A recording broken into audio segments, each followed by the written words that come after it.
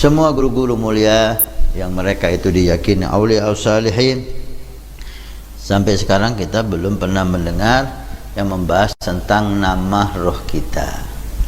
Siapa roh kita dan namanya siapa dan hal-hal yang berkaitan dengan itu, ya.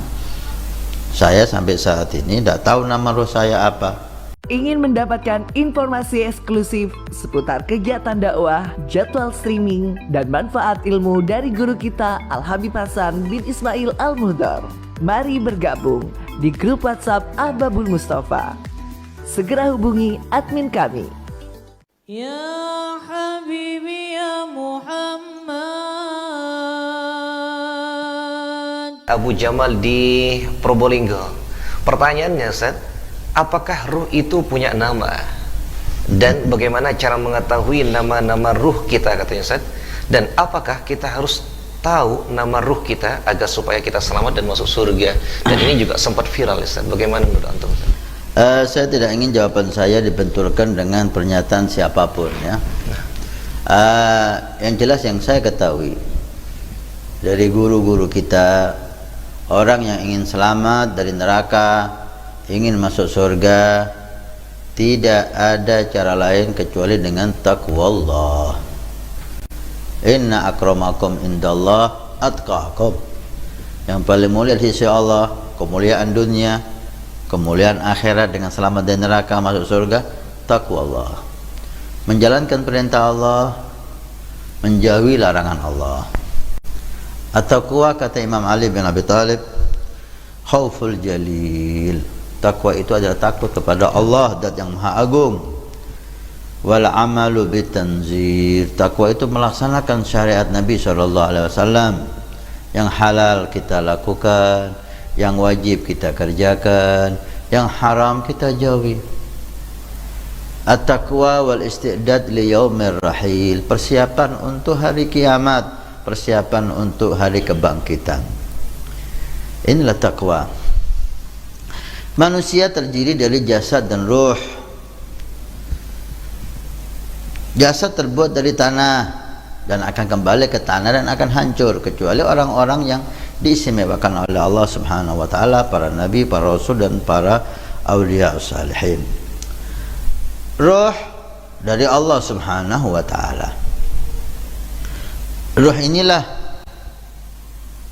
yang akan mendapatkan nikmat jika orang itu bertakwa, dan akan mendapatkan adab dan siksa jika dia tidak bertakwa.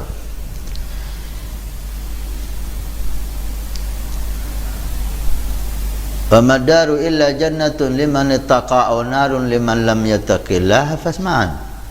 Kata Habibul Haddad, nanti di hari kiamat setelah kita meninggal tidak ada tempat kecuali surga bagi yang bertakwa dan neraka bagi yang tidak bertakwa. Baik. Allah menyatakan dalam Al-Quran, gulir ruh min amri rabbi. Ketika Nabi SAW ditanya tentang ruh, apa itu ruh dan bagaimana ruh dan seterusnya, Allah mengatakan kepada Nabi, jawablah wahai Muhammad, gulir ruh min amri rabbi. Katakan, ruh itu urusan Tuhan, urusan Tuhanku.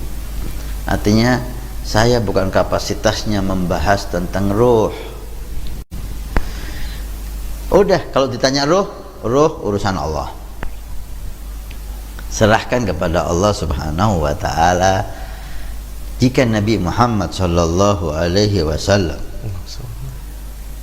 disuruh, diperintahkan oleh Allah untuk tidak membahas tentang ruh dan menyandarkan ruh itu kepada Allah, katakan Muhammad, ruh itu urusan Allah. Bukan kapasitas saya membahas tentang ruh, karena ini urusan Tuhan. Memang para aulia salihin ada membahas tentang ruh, tapi pembahasannya tidak terlalu mendetail dan tidak terlalu mendalam, karena ruh urusan Allah Subhanahu wa taala.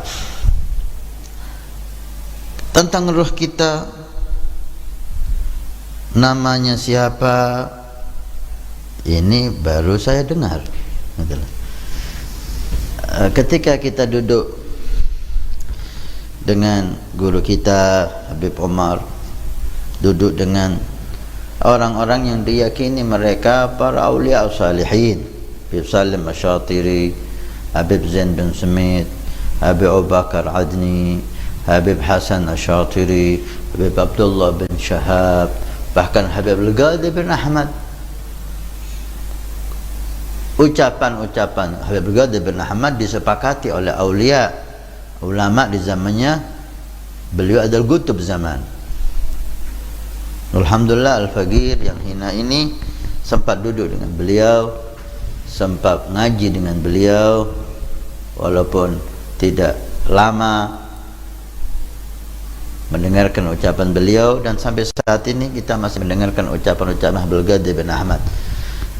Semua guru-guru mulia yang mereka itu diyakini aulia salihin, sampai sekarang kita belum pernah mendengar yang membahas tentang nama roh kita, siapa roh kita dan namanya siapa, dan hal-hal yang berkaitan dengan itu, ya.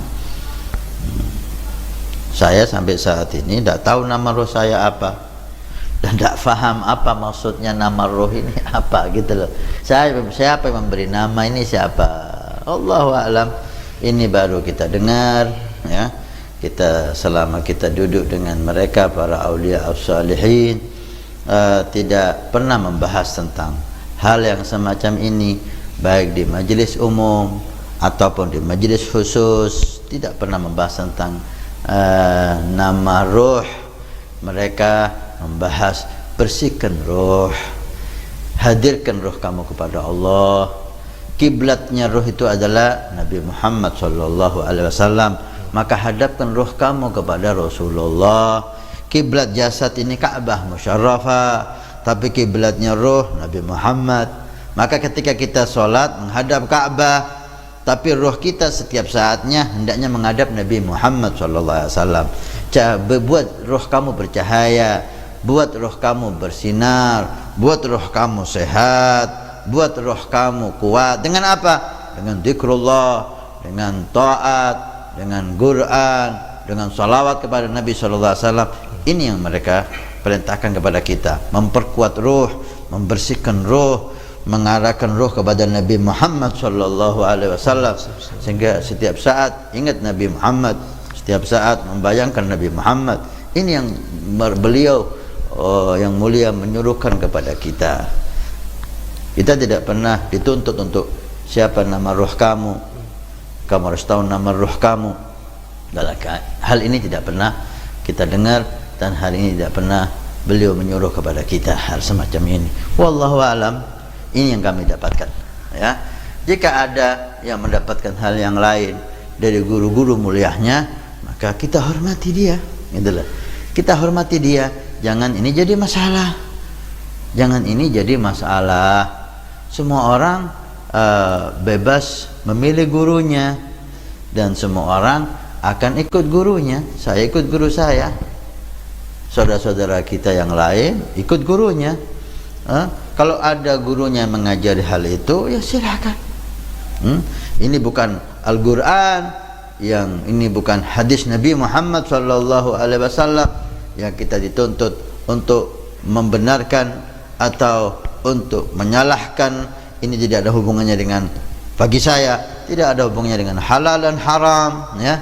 Ini tasawuf. Ini yang kami dapatkan dari guru kita. Mungkin ada yang mendapatkan dari gurunya dengan hal yang lain, enggak ada masalah, ya. Maka saya berpendapat Anda yang tidak sependapat, janganlah hal ini menjadi lahan untuk caci mencaci, janganlah hal ini menjadi lahan untuk menghujat, janganlah hal ini menjadi lahan untuk merendahkan siapapun dia. Apalagi jika yang bicara seseorang yang punya manfaat banyak. Jangan hal semacam ini membuat kita menghilangkan manfaatnya semua. Hal yang tidak